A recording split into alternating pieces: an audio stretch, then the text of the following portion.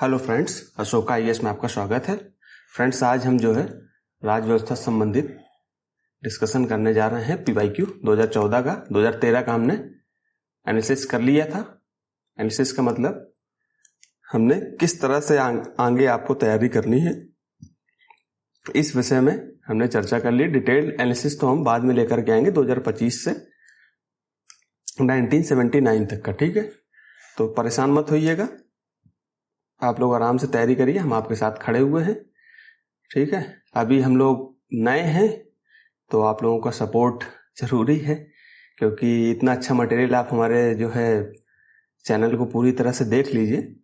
पिछले 10 दिन से 15 दिन से हम वीडियो जो डाल रहे हैं वो बिल्कुल नई है। उस पर देखिए, हम लोग कंटेंट, हमारा आवाज़ पे मत जाइए, क्योंकि हमारे पास अभी संसाधनों की बहुत कमी है। यह है कि जितना संसाधन चाहिए था पर्याप्त वो है, लेकिन जैसे माइक नहीं है तो आवाज़ हो सकता है कि आपको थोड़ी सी वो लगे, आसपास जो है कमरा है तो उसकी भी इको वगैरह आपको आती हो, तो उसमें थोड़ा सा मतलब नेगलेक्ट करिएगा। बाकी आपको कंटेंट बेहतरीन मिलेगा। आप कंटेंट पे जो है देखिए कंटेंट, और उसके बाद हमें कमेंट में भी बताइए कि कंटेंट हमारा कैसा है, ठीक। तो राज्य व्यवस्था संबंधित पीवाईक्यू लेकर के आ रहे हैं, तो आज राज्य व्यवस्था 2014 का कर लेते हैं। फिर ऐसे करते करते 2025 तक तो आपको करा ही देंगे। तो हमें जो ट्रेंड पता चलना चाहिए, हमें आगे की रणनीति कैसी हो तैयारी की, तो वो हमें यहाँ से पता चल जाए। क्योंकि 2013 के बाद से 2011 से खास करके पैटर्न थोड़ा सा चेंज हुआ है, तो हम 2013 से ले लिए हैं, बाकी 2011 का हम डिटेल एनालिसिस में करा देंगे। तो यहाँ 2014 का आज कर रहे हैं। फिर ऐसे हिस्ट्री का अलग अलग विषय का, जैसे 2013 के हमने सारे करा दिए, हिस्ट्री, पॉलिटी। 2013 का हमने हिस्ट्री, पॉलिटी, ज्योग्राफी, इकोनॉमी, सारे सब्जेक्ट जो भी मतलब मेन प्री में जो आते हैं वो हमने यहाँ पर डिस्कस कर दिए हैं, ठीक। तो आप पहले अगर नहीं देखे हो तो उसको देख लीजिए, अगर देख लिए हो तो इसको देख लीजिए, नहीं भी देखे हो तो भी इसको देख लीजिए, कोई दिक्कत नहीं है। तो हमारी रणनीति का सर्वप्रथम हिस्सा क्या होता है? सिलेबस होता है। तो हम सिलेबस को देखते हैं। तो प्रीलिम्स में जो है सिलेबस पूर्णतः डिफाइन नहीं है, केवल क्या लिख दिया है, भारतीय राजतंत्र में या भारतीय राजतंत्र और शासन, गवर्नेंस देखो यहाँ भी है, ठीक। तो वहां पर अगर गवर्नेंस मेंस में आप पढ़ रहे हो तो ये मत सोचिए कि मेंस में पढ़ रहे हैं तो प्रीलिम्स में नहीं आएगा, ठीक है। आईआर वहां, यहाँ नहीं लिखा हुआ आईआर, लेकिन आईआर मेंस में डिफाइन है। मतलब सिलेबस पूर्णतः तो नहीं डिफाइन है, लेकिन ये है कि डिफाइन है, तो उसको आप पढ़ोगे तो यहाँ प्री में काम देगा। अंतरराष्ट्रीय संस्थाएं आ जाती हैं, ऐसे बहुत सारे प्रश्न मैं आपको दिखाऊंगा, ठीक। तो ये मत सोचिएगा कि वहां पर जो है कुछ मेंस में है तो मेंस का अलग पढ़े, प्री का अलग पढ़े, दोनों को मिला के पढ़ो। अब कोशिश हम मेंस में कर ही रहे हैं, जो क्वेश्चन पेपर डिस्कशन कर रहे हैं पीवाईक्यू, तो उसमें हम छोटे छोटे सब्जेक्ट जैसे गवर्नेंस है, ठीक है, आपदा प्रबंधन है, इंटरनेशनल रिलेशन हो गया, इंटरनल सिक्योरिटी हो गई, ये सब सब्जेक्ट हम करा देंगे, ठीक। चलिए, तो फिर हम सीधे, क्योंकि रोज रोज मैं नई चीजें वही बार बार बताता हूँ, इसलिए बता देता हूँ क्योंकि हो सकता है कि पहली बार कोई बच्चा ये वीडियो देख रहा हो, ठीक है। तो यहाँ राजनीतिक प्रणाली, ठीक है, इसको ध्यान रखना। राजनीतिक प्रणाली क्या होती है? पंचायती राज, देखो यहाँ पर पूर्णतः लिखा हुआ है, तो आपको पंचायती राज तो पढ़ना ही पढ़ना है, ठीक है। फिर उसके साथ साथ लोकनीति, अधिकारों संबंधी मुद्दे, ठीक, ये चीजें आपको देखनी है। तो अधिकार संबंधी मुद्दे में आप देख सकते हो कि जैसे जो है SC/ST आयोग बना हुआ है, OBC आयोग बना हुआ है, इन सब चीजों की चर्चा, महिला आयोग बना हुआ है, अल्पसंख्यक आयोग बना हुआ है। तो इनके लिए भी ये अधिकार संबंधी मुद्दे में ही इनको देख सकते हैं। बाकी यहाँ पर मैंने मेंस का सिलेबस नहीं लगाया है, तो आप लोग मेंस के सिलेबस को भी देख लेना, क्योंकि यहाँ पर केवल प्रीलिम्स की चर्चा हो रही है, इसलिए मैंने नहीं लगाया। तो मेंस के सिलेबस को भी हम देखेंगे तब जो है अच्छे से, क्योंकि देखिए साइंस का डिफाइन नहीं था, तो मैं साइंस का वहां पर मेंस का लगा दिया था, लेकिन यहाँ पर भी मुझे लगा देना चाहिए था, मैंने ध्यान नहीं दिया, लेकिन अगली बार से उसको भी यहाँ पर लगा दूंगा। बाकी आप लोग स्वयं से भी देखिए। अब देखिए, प्रश्न है, भारत के संविधान में अंतरराष्ट्रीय शांति और सुरक्षा की अभिवृद्धि का उल्लेख कहाँ है? सिंपल प्रश्न है, कहां पर है? आपने अगर थोड़ा सा भी पढ़ा होगा तो आपको पता चल जाएगा कि कहां पर है, ठीक। तो आप जो है सबसे पहले ये देखिए कि ये कहां पर है, तो आपको पता चलेगा कि DPSP में। ये सिंपल है, इसलिए मैंने यहाँ पर आंसर बता दिया। बताने को तो सारे आंसर बता दूंगा, लेकिन आंसर बताने से यहाँ पर कोई हल नहीं निकलेगा। हमें यहाँ पर इस सीरीज का जो हमारा उद्देश्य है, वो उद्देश्य ये है कि आप जब भी कोई सब्जेक्ट पढ़ रहे हो तो आपको प्राथमिकता देनी है। तो कब प्राथमिकता दोगे? ऐसे सब किसी को सब चीज को थोड़ी दे दोगे कि प्राथमिकता सबको दे दिया। प्राथमिकता उसे देना है जो हमारे लिए रेलेवेंट है, इंपॉर्टेंट है और इन फ्यूचर उससे प्रश्न बनने की संभावना है। तो यहां पर हम देख करके देखेंगे कि डीपीएसपी जो है, यहां से मैंने एक प्रश्न देखा कि डीपीएसपी से प्रश्न 2014 में पूछा गया। अब हमारे दिमाग में आ गया कि आगे भी पूछा गया है, तो आगे भी आपने देख लिया, हालांकि हम कराएंगे ही, लेकिन आप चाहो तो देख सकते हो एक साथ बैठ करके। आपने देखा कि 2014 में पूछा गया, 2015 में भी पूछा गया, हो सकता है कि 16 में भी पूछा। इस तरह से मैं एक उदाहरण बता रहा हूं। आपने देखा, तो आपको डीपीएसपी जब भी पढ़ो तो उस पर डीपीएसपी के टॉपिक पर स्टार रेटिंग दे दो कि ये जो है इसको मैं 5 स्टार देता हूँ। वाकई में जो है डीपीएसपी, फंडामेंटल राइट्स, कार्यपालिका, विधायिका, न्यायपालिका, ये सब क्या है, इंपॉर्टेंट टॉपिक है। इस समय न्यायपालिका आप देख रहे हैं BAR गवई साहब जो है काफी एक्टिव है, तो वो जो भी निर्णय देंगे, अभी उन्होंने आदेश किया है कि हम पटाखे बंद कर देंगे। अब पटाखों से संबंधित यूपीएससी ने प्रश्न पूछा है पर राउंड से लेकर के, और पॉलिटी साइंस में भी मैं आगे 2019, 20, 18 वाले प्रश्न कराऊंगा तो वहां पर आपको दिखाऊंगा। तो इसलिए जो है आपका फिर से उसी में दिमाग जाना चाहिए कि यूपीएससी फिर उसी को कुछ बदल करके वही प्रश्न बना देगा। तो ये सब क्या होता है, करंट बेस्ड सब्जेक्ट हैं। तो करंट में आप जो भी न्यूज पढ़ रहे हो वो वहां से कवर करो। न्यूज आपको सर करा रहे हैं, द हिंदू के अलावा आपको कुछ पढ़ने की फालतू जरूरत नहीं है। और द हिंदू के अलावा भी कुछ चीजें सर देख लेते हैं, जैसे लाइव मिंट है, ये अखबार वगैरह सर देखते रहते हैं। PIB जो गवर्नमेंट की वेबसाइट है वहां भी देखते रहते हैं। हम अपने टेलीग्राम में संसद टीवी की जो है जो भी डिबेट होती है हम वहां पर, जो हमको लगती है कि ये इंपॉर्टेंट है, हम वहां पर आपको सेंड कर देते हैं। तो संसद टीवी देखते रहिए। तो ये सरकार के चैनल हैं, सरकार के द्वारा, तो सरकार जो सरकार में बैठा हुआ है वो प्रश्न अगर बनाएगा तो सरकार से रिलेट करके बनाएगा। तो आपको इन सब चीजों पे ध्यान देना है। फिर दूसरा प्रश्न देखिए, भारत के संविधान में निम्नलिखित में से कौन सी अनुसूची, अब अनुसूची यहां पर देखिए कितनी इंपॉर्टेंट है। मैं दल बदल विरोधी विषयक उपबंध दिए गए हैं, ठीक है, यहाँ पर सीधे पढ़ लीजिए आप। मैं क्योंकि मेरा दिमाग क्वेश्चन पे लगा होता है कि क्वेश्चन को कैसे आपके सब्जेक्ट से रिलेट करके बताऊं कि सब्जेक्ट में कहां पर इंपॉर्टेंट। अब यहाँ पर देखिए, केवल आपको ये तो पता है कि 10वीं अनुसूची में होगा कि दूसरी अनुसूची में होगा, आपको सब कुछ पता है क्योंकि ये बहुत बच्चों वजह से सवाल है। लेकिन यहाँ पर जैसे ये ऑप्शन है, दूसरी अनुसूची, 8वीं अनुसूची, इनको आप पढ़ लीजिए। 5वीं अनुसूची, 10वीं अनुसूची, क्योंकि 5वीं, अब देखिए ऑप्शन यहाँ पर है। अगली बार दो मैंने प्रश्न भी लगाए, अगली बार देखो इनसे संबंधित प्रश्न पूछा।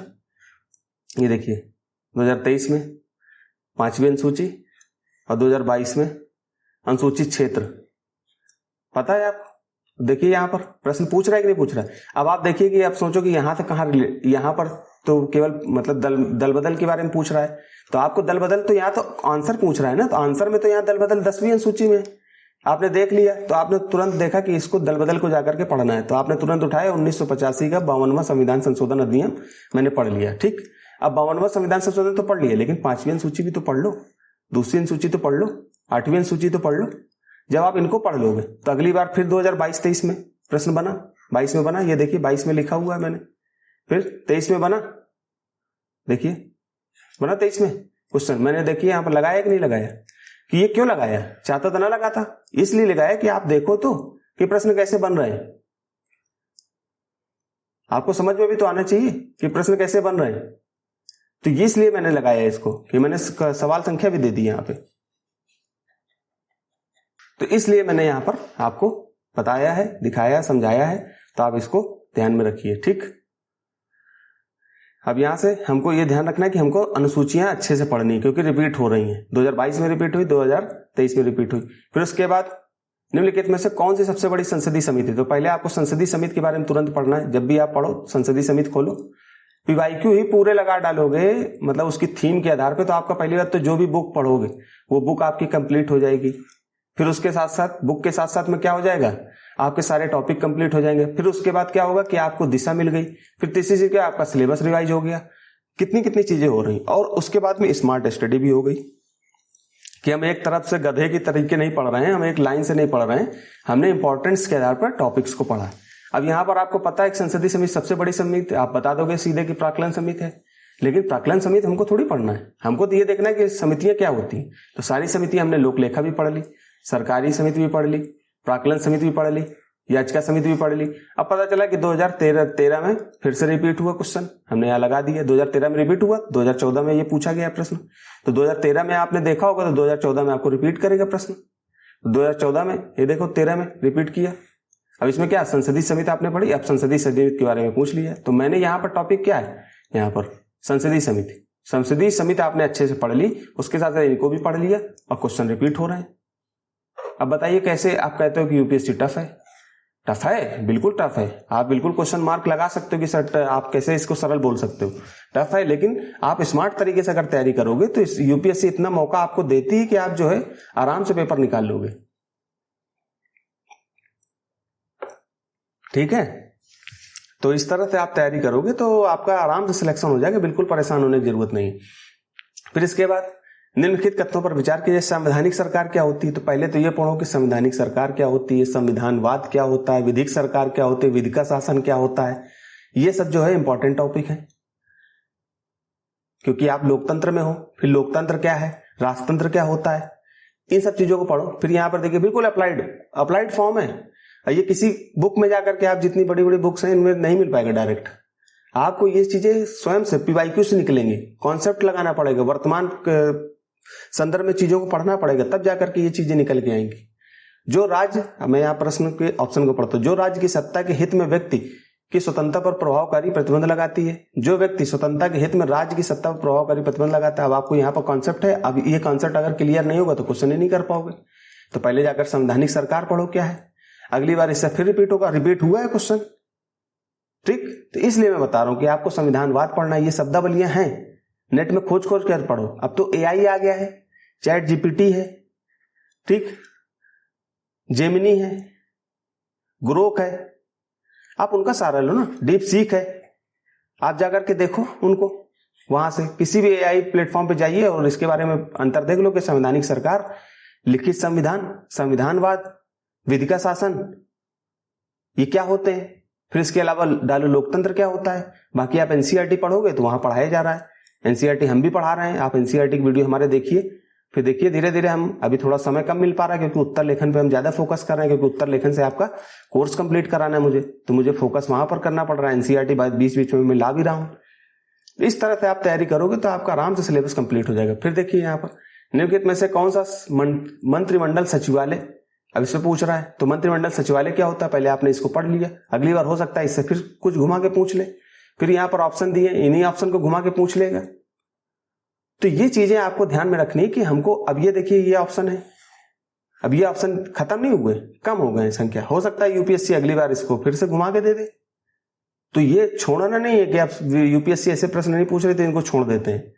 ठीक है, तो इस तरह से तो आज जाकर के मंत्रिमंडल सचिवालय जाके पढ़ो। ठीक, मंत्रिमंडल की बैठकें कैसे होती हैं, यूट्यूब पर डालो, संसद टीवी में, और उनका डालो, आराम से देखो जाकर कैसे बैठती है। आजादी के समय की देख लो, अभी देख लो। अभी क्या हुआ कि संसद भवन का निर्माण हुआ है नए तरीके से, और 2032 तक, 2026 के बाद हो सकता है कि जो है जो पहली जनगणना आएगी वहां पर सीटें बढ़ेंगी। तो अब उसका निर्माण, तो मंत्रिमंडल क्या होता है, मंत्रिमंडल पढ़ो, ये शब्दावली। मंत्रिपरिषद क्या होती है, तुरंत दिमाग जिसने पॉलिटी पढ़ी होगा उसके दिमाग में होगा कि मंत्रिपरिषद क्या होती है। ये जिज्ञासा वाले सवाल है, लेकिन ये जिज्ञासा के साथ साथ आपके पीवाईक्यू में भी पूछे गए सवाल है। मंत्रिपरिषद की संख्या कितनी होनी चाहिए, पूरे लोकसभा या संसद सदस्य के कितने % जनसंख्या में। तो लोकसभा की जनसंख्या का कितना % होना चाहिए, 15% है कि पूरी संसद संख्या का। यूपीएससी हो सकता है संसद की संख्या का लिख दे, और क्वेश्चन में आपको पता है कि लोकसभा का, तो पता होना चाहिए कि मंत्रिपरिषद की जो संख्या होती है वो लोकसभा की कितने % होती है। ये आपको दिमाग में रखना है। दिल्ली में केवल 10% है कि उनकी मंत्रिपरिषद की संख्या होगी, वहां की सीटों के 10%। बाकी ऑल इंडिया में जहां भी राज्य है वहां 15% रहेगी, कुछ राज्यों को छोड़ करके, क्योंकि कुछ राज्यों में सीटें 40% है तो उसका 15% तो आपका बहुत ही कम बनेगा। तो वहां पर 10 से नीचे नहीं होनी चाहिए। तो ये आपको अपवाद पता होने चाहिए, यहीं से यूपीएससी प्रश्न बना देता है। ठीक है, तो यहां पर मैंने इसको बताया। ये अप्लाइड क्वेश्चन है कि मंत्रिमंडल बैठकों के लिए कार्यसूची तैयार करना। जो सचिवालय होता है, आईएएस होते हैं, वो सचिवालय पे ही होते हैं, उनका काम क्या होता है, तो उसकी बात कर रहा है ये। अब आप आईएएस बनोगे, प्रमोशन होगा तो आप सचिवालय में जाओगे, सचिव बनोगे, तो आपके कार्य क्या होते हैं, थोड़ा सा उसको भी ध्यान रखो। फिर मंत्रिमंडल समितियां के लिए सचिवालय सहायता, तो मंत्रिमंडल समिति यहां से पढ़ लो। फिर मंत्रालयों के वित्तीय संसाधनों का आवंटन, इसको पढ़ लो, सिंपल क्वेश्चन है। फिर जाकर के अब देखिए योजना, भारत में योजना से संबंध है, कौन कौन सी चीजें योजनाओं से संबंधित है। अब ये जाकर के पढ़ो। वित्त आयोग पढ़ लो कि वित्त आयोग किसमें, 280 में। ये डायरेक्ट केवल आर्टिकल ही नहीं पढ़ना है, ये तो मैंने बता दिया। आपको पढ़ना क्या है कि वित्त आयोग क्या होता है, इसके काम क्या होते हैं। अभी आरओ का पेपर हुआ था, मैं पेपर देख रहा था, तो उसमें क्वेश्चन डायरेक्ट पूछा गया है वित्त आयोग से। तो ये सब पढ़ोगे तो ये यूपीएससी की भी कॉपी करते हैं, स्टेट पीसीएस, वहां पर भी आपको सहायता मिलेगा। अभी 12 अक्टूबर को यूपी पीसीएस का पेपर है, तो 12 अक्टूबर के पेपर देखोगे तो वहां पर भी आपको समझ में आएगा। फिर राष्ट्रीय विकास परिषद पढ़ लो, ये रिपीट करेगा थीम, ये आगे फिर आप देखना 2015-16 के क्वेश्चन में उठाऊंगा, इनमें से कोई ना कोई क्वेश्चन फिर रिपीट करेगा। और ऐसा नहीं है कि 2015-16 तक रिपीट करेगा, 2022-23-25 तक के मैं क्वेश्चन दिखाऊंगा। फिर संसद आप पढ़ ही रहे हो, संघीय शहरी विकास मंत्रालय पढ़ लो, संघीय ग्रामीण विकास मंत्रालय पढ़ लो, ये क्या होते हैं, हो सकता है अगली बार इनसे रिपीट कर दे। तो हमको पढ़ते समय इन सब चीजों का ध्यान में रखना है। फिर 7वां क्वेश्चन, अविश्वास प्रस्ताव क्या होता है। अविश्वास प्रस्ताव आ जाता है तो सरकार गिर जाती है। अब इसका प्रभाव क्या पड़ता है, तो भारत के संविधान में किसी अविश्वास प्रस्ताव का उल्लेख नहीं है। अब ऐसी परिभाषा हमेशा थीम बनाता है कि कोई भी शब्द दे देगा, जैसे लिख देगा आधारभूत ढांचा, इसका संविधान में भली भांति परिभाषित है। और जब भी ऐसे प्रश्न बना दे तो तुरंत वहां पर प्रश्न लगाना चाहिए कि संविधान में कोई अधिकतर चीजें परिभाषित नहीं है। तो आपको ये कुछ क्वेश्चन कॉमन सेंस से भी होते हैं। अब आपको पढ़ाना अविश्वास प्रस्ताव केवल लोकसभा में ही पूरा स्थापित किया जा सकता है। अब आपको यहां पर देखना ये कैसे, अब जिन्होंने ठीक से नहीं पढ़ रहा है तो यहां पर पलट जाएगा, ये अप्लाइड बेस्ड सवाल है, तो ये इनको इसलिए ध्यान रखना। तो अविश्वास प्रस्ताव जाकर पढ़ो। फिर ये पढ़ो जाकर के कि भारत के संविधान में किसी अविश्वास प्रस्ताव का उल्लेख नहीं है कि है, तो ये जाकर के पढ़ो कि अविश्वास प्रस्ताव को केवल संसदीय बिजनेस रूल्स में ही सिस्टम मतलब बताया गया है या केवल संविधान में भी बताया गया है।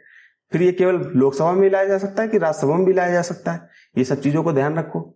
ठीक, यहां तक कोई दिक्कत हो तो मुझे बताना। आप ये मत सोचिएगा कि मैं एक तरफ से बोलता चला जा रहा हूं तो हो सकता है आपको दिक्कत हो, लेकिन इसलिए बता रहा हूं क्योंकि ऐसे ही सवाल बनते हैं और ऐसे तरीके से आप तैयारी करोगे तब सवाल हो पाएंगे। फिर भारत के राष्ट्रपति, अब राष्ट्रपति के बारे में आए तो राष्ट्रपति हमको यहां से पढ़ लेना क्योंकि राष्ट्रपति इंपॉर्टेंट है। अब भारत सरकार का कार्य अधिक सुविधा पूर्वक किए जाने के लिए और मंत्रियों में उक्त कार्य के आवंटन के लिए नियम बनाएगा, राष्ट्रपति की बात कर रहा है। फिर भारत सरकार के समस्त कार्यपालिका कार्रवाइयां प्रधानमंत्री के नाम से की हुई कही जाएंगी। अब कोई भी चीज होती है आपको पता ही होगा कि जो भी काम किए जाते हैं वो राष्ट्रपति के नाम से होते हैं, तो आप तुरंत आपके दिमाग में है कि 2 नहीं होगा। अब आपको पता होना चाहिए ना, ये मैं आपको आंसर नहीं बताने जा रहा हूं, तो आपको पता होना चाहिए कि प्रधानमंत्री के नाम से होती है कि राष्ट्रपति के नाम से। अब आपने पूरा पढ़ लिया, यहां पर कंफ्यूज हो गए, तो कंफ्यूज होने का काम क्यों है, क्योंकि रिवीजन नहीं किया आपने। और रिवीजन कैसे होगा, रिवीजन तो आप बार बार तो किताब उठा के पढ़ोगे नहीं। पता चला कि कोई किताब है उसको पढ़ा एक बार, फिर दोबारा उसी किताब को पढ़ रहे हो, फिर दोबारा उसी किताब को लाइन बाय लाइन पढ़ रहे हो, तो ये रिवीजन नहीं माना जाता है। रिवीजन कब होगा, जब आप एक बार उस किताब को पढ़ लिए, दोबारा भी पढ़ लिए, और तीसरी बार आप कैसे उसको इंपॉर्टेंस के आधार पर पढ़ो। इंपॉर्टेंस कैसे पता चलेगी, सिलेबस से, कि कौन सी चीज इंपॉर्टेंट। सिलेबस पूर्णतः डिफाइन नहीं, तो हमें पीवाईक्यू की तरफ जाना पड़ेगा। तो हमें प्री के पीवाईक्यू, मेंस के पीवाईक्यू, और कई बार क्या होता है कि मेंस में जो पूछा गया क्वेश्चन है वो प्रीलिम्स में पूछ लेता है, तो आपको मेंस के भी क्वेश्चन देखने हैं कि अगली बार इसको मैं तैयार करके जाऊंगा, हो सकता है प्रीलिम्स में। और ये रणनीति रहती है कि आप जिस वर्ष यूपीएससी ने प्रीलिम्स में क्वेश्चन पूछा है, हो सकता है कि उसका मेंस में भी बना दे, उसी प्रीलिम्स के कुछ क्वेश्चनों का मेंस में अप्लाइड फॉर्म में। तो आपको इन सब चीजों पर भी ध्यान रखना है। ठीक, फिर उसके साथ साथ निम्नलिखित में से कौन सी किसी राज्य के राज्यपाल को दी गई विवेकाधीन शक्तियां। अब राज्यपाल, अब यहीं पर आपको दिमाग में होना चाहिए कि राष्ट्रपति की विवेकाधीन शक्तियां पढ़नी हमको। अभी मैंने मेंस पे उस दिन कराया कि राष्ट्रपति की विधायी शक्तियां क्या होती हैं, फिर विवेकाधीन शक्तियां क्या होती हैं। ठीक, फिर उसके बाद कार्यपालिकी शक्ति क्या होती है, ये तीनों डिफाइन करो। फिर इन्हीं पे राज्यपाल के बारे में पढ़ लो। पहले राष्ट्रपति के बारे में पढ़ लिया, फिर इन्हीं तीनों पे राज्यपाल के बारे में पढ़ लो, हो गई आपकी तैयारी। और उसके बाद फिर कैसा भी प्रश्न बना दे, क्योंकि थीम आपने पढ़ ली ना। और जब थीम आपने पढ़ ली तो भाई चीजें कैसे बदलेंगी। जब आपने थीम पढ़ ली तो कैसे भी क्वेश्चन मोड़ के दे दे, हम तो कर लेंगे। तो आपको जाकर के राज्यपाल आज पढ़ना है, और राज्यपाल से इस बार 2025-26 में क्वेश्चन बनेगा, क्योंकि आप देख ही रहे हो तमिलनाडु में, केरल में, आंध्र प्रदेश में काफी तमिलनाडु राज्यपाल को लेकर काफी जो है विवाद चल रहा है। अब बात कैसे होती है कि जो है राज्यपाल के पास कुछ शक्तियां हैं, जिसके आधार पर वो किसी विधेयक को उठा करके किसके पास, राष्ट्रपति के उठा करके राष्ट्रपति के नाम से रख लेता है कि राष्ट्रपति इसको जो है चेक करेंगे तब यह नियम बनेगा, और उस पर के लिए कोई समय सीमा नहीं है। तो अभी सुप्रीम कोर्ट ने कहा है 3 महीने के अंदर अंदर इसको वापस करना पड़ेगा आपको। तो अब इससे संबंधित यूपीएससी सवाल बनाएगा तो आपका दिमाग जाना चाहिए। द हिंदू सर पढ़ा ही रहे, वहां पर आपको पॉलिटिकल न्यूज बताएंगे वो। तो आपको ये रखना है कि भारत के राष्ट्रपति को राष्ट्रपति शासन अधिरूपित करने के लिए रिपोर्ट भेजना, मंत्रियों की नियुक्ति करना, राज्य विधान मंडल द्वारा पारित कतिपय विधेयकों। अब मंत्रियों की नियुक्ति कैसे होती है ये भी पढ़ो जाकर। जब वहां राज्यपाल पढ़ोगे तो वहां सब पढ़ता चलेगा कि वो, फिर उसमें डिफाइन भी है कि विवेकाधीन शक्ति कैसे, विवेकाधीन शक्ति में क्या होता है, विधायी शक्ति में क्या होता है, कार्यपालिकी शक्ति में क्या होता है, न्यायपालिकी शक्ति में कुछ न्यायिक शक्तियां भी होती हैं। तो देखो वहां पर जाकर के, तब जाकर के आपको पता चलेगा। फिर राज्य सरकार के कार्य संचालन के नियम बनाना, अब ये भी चीजें हैं, तो आपको ये सब चीजें वहां पर ध्यान रखनी है। फिर न्यायपालिका देखो हर वर्ष में कर लो ना, पीछे कार्यपालिका से प्रश्न, ये कार्यपालिका का हिस्सा है। इससे पहले ये भी कार्यपालिका का हिस्सा राष्ट्रपति, इससे पहले यहां पर ये थोड़ा सा विधायिका से मिलती जुलती है, ये भी कार्यपालिका से डायरेक्ट मान लो। फिर इसमें अब देखो न्यायपालिका से संबंधित यहां प्रश्न पूछा हो सकता है अगली बार, केंद्र राज्यों के बीच विवादों का निपटारा निर्णय करने की भारत की उच्च अब न्यायपालिका, तो इसका मतलब न्यायपालिका इंपॉर्टेंट टॉपिक है, विधायिका इंपॉर्टेंट टॉपिक है, कार्यपालिका इंपॉर्टेंट टॉपिक है। आज जाकर के इसको खत्म कर लो। मैं बता रहा हूं ना, आप जाइए 2014 का प्रश्न आपने कर लिया, अब जाकर के ये 3 टॉपिक आप पढ़ लो। राज्यपाल पढ़ लो, हालांकि कार्यपालिका पढ़ोगे तो राज्य की कार्यपालिका पढ़ोगे, वहां राज्यपाल पढ़ने को मिल जाएगा। राष्ट्रपति पढ़ लो, कार्यपालिका वहां पर पढ़ने को मिल जाएगा। उपराष्ट्रपति भी पढ़ने को मिल जाएगा। उपराष्ट्रपति पढ़ोगे, उससे धनखड़ साहब ने अभी इस्तीफा दिया, कैसे चुनाव होता है, अभी चुनाव हुए, नए उपराष्ट्रपति चुने गए, आप कमेंट में बताना कौन चुने गए, तो उनके बारे में पढ़ लो। अब 2025 में कैसे क्वेश्चन बन जाएगा, अब यही सब तो बनेगा। अब ये भी सब नहीं कर पाओगे क्या? तो ये चीजें हैं। तो उच्चतम न्यायालय के न्यायाधीशों की संख्या में वृद्धि करने की शक्ति किसमें नहीं है? राष्ट्रपति में नहीं है कि संसद में नहीं है मुख्य। अब ये 2014 का प्रश्न, उस समय एनजेएसी आया था, नेशनल जुडिशियल अपॉइंटमेंट कमेटी। अब उसी समय एक क्वेश्चन बन गया। अब करंट का बना कि नहीं बना? अब मैं बता रहा हूं आपको। अब करंट का बना है तो इस समय वर्तमान में धनखड़ साहब ने इस्तीफा दिया और नए उपराष्ट्रपति चुनकर आए हैं, तो उनके बारे में क्वेश्चन बनने की संभावना लग रही है कि नहीं लग रही है? तो ये चीजें होती हैं पूछने की। अब वर्तमान में न्यायाधीश अभी जो है BR गवई साहब हमारे जो है काफी सारे निर्णय ले रहे हैं, तो न्यायपालिका संबंधित है। अब कोई निर्णय आया उसको वर्तमान को देख करके करंट को उससे अप्लाइड फॉर्म में प्रश्न पूछ लेगा। अब ये सब चीजें आप आराम से पढ़ लोगे तो कैसे नहीं होगा आपका, कैसे नहीं होगा। फिर उसके बाद भारत का राष्ट्रपति आपने कार्यपालिका में पढ़ लिया, मुख्य न्यायमूर्ति आप उच्चतम न्यायालय आप जो पढ़ोगे तो उसमें पता, न्यायपालिका पढ़ोगे तो वहां पता चल जाएगा, संसद, विधायिका पढ़ोगे, विधि आयोग, अब वहीं पर विधि आयोग भी थोड़ा सा पढ़ लो। यही तो तरीका है। तो आज जाकर के केवल हम 3 चीजें आपको बता रहे हैं, न्यायपालिका, ठीक, कार्यपालिका और विधायिका, कि अगली बार में जो है संडे को, जब अगले सैटरडे तक जब मैं क्लास बनाऊंगा तो आपको ये 3 टॉपिक तैयार होने चाहिए। इसके साथ साथ डीपीएसपी,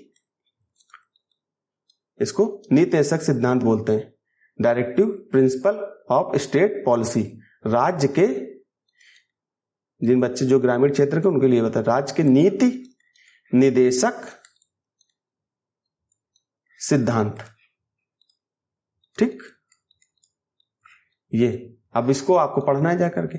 इसके साथ साथ फंडामेंटल राइट्स पढ़ लो, प्लस इंपॉर्टेंट चीजें मैं बता रहा हूं, इंपॉर्टेंट क्या है, महिला आयोग पढ़ लो, अल्पसंख्यक आयोग पढ़ लो, प्लस SC ST OBC आयोग पढ़ लो। अब यही तो करंट में चल रहा है, इन्हीं से आयोगों से क्वेश्चन पूछ लेता है। विधि आयोग आ गया, जैसे वित्त आयोग आ गया, ये चीजें आप पढ़ोगे क्यों नहीं हो जाएगा। तो इस बार आप टारगेट रखो कि इस हफ्ते हमको पॉलिटी अच्छे से पढ़नी है, ठीक। तो आप ऐसे तैयारी करोगे, मैंने हर सब्जेक्ट में ऐसे विस्तार से चर्चा करी है, थोड़ा सा वीडियो भले लंबा हो जाता है लेकिन आपको स्ट्रेटजी पढ़ने में और ये सब चीजें करने में बहुत फायदा आपको मिलेगा। इसलिए मैंने तुलना करके भी प्रश्न लगा देता हूं, स्लाइड बड़ी हो जाती है। फिर देखो, केंद्र और राज्यों के बीच होने वाले विवादों का निर्णय करने की भारत की उच्चतम न्यायालय की शक्ति किसके अंतर्गत आती है? परामर्श अधिकारिता के अंतर्गत, अपीलीय अधिकारिता के अंतर्गत, मूल अधिकारिता के अंतर्गत, रेट अधिकारिता के अंतर्गत। अब आपको पता है कि मूल अधिकारिता क्या होती है, तो पहले जाकर पढ़ो, जब न्यायपालिका पढ़ोगे तो आपको ये सब चीजें मिल जाएंगी वहीं पे। नहीं पता है, नहीं किताब है, तो जो मैं बता रहा हूँ केवल आप वैसे सर्च करके पढ़ लो, आपको किताब लेने की भी जरूरत नहीं पड़ेगी, ऐसे ही आपका प्रीलिम्स निकल जाएगा। बस उनके नोट्स जरूर बना लेना। तो इस तरह से आप पढ़ो, मैं यकीन दिला रहा हूँ आप जरूर सफल होगे और सक्सेस होगे। मैं लिखे दे रहा हूँ, आप जिस तरह से मैं बता रहा हूँ इस तरह से आपने अगर पढ़ लिया तो सफलता आपको आपके कदम चूमेगी। और यूपीएससी 2026-2027 में आपका रिजल्ट दिखाई देंगे। आप खुद मुझसे आके कहोगे कि सर आपने जो चीजें बताई बिल्कुल परफेक्ट बताई और सच में हमने इसका फायदा उठाया। तो यहीं तक रखते हैं दोस्तों, 11 सवाल ही आए थे इसके, ठीक है। आगे कोई सवाल नहीं है, हमने जो स्लाइड बना के रख ली, लेकिन कोई सवाल 11 नंबर के बाद नहीं पूछा गया। तो दोस्तों आप लोगों का सपोर्ट ऐसे रहेगा तो हम ऐसे ही वीडियो लाते रहेंगे, और आप लोगों का सपोर्ट मिल भी रहा है।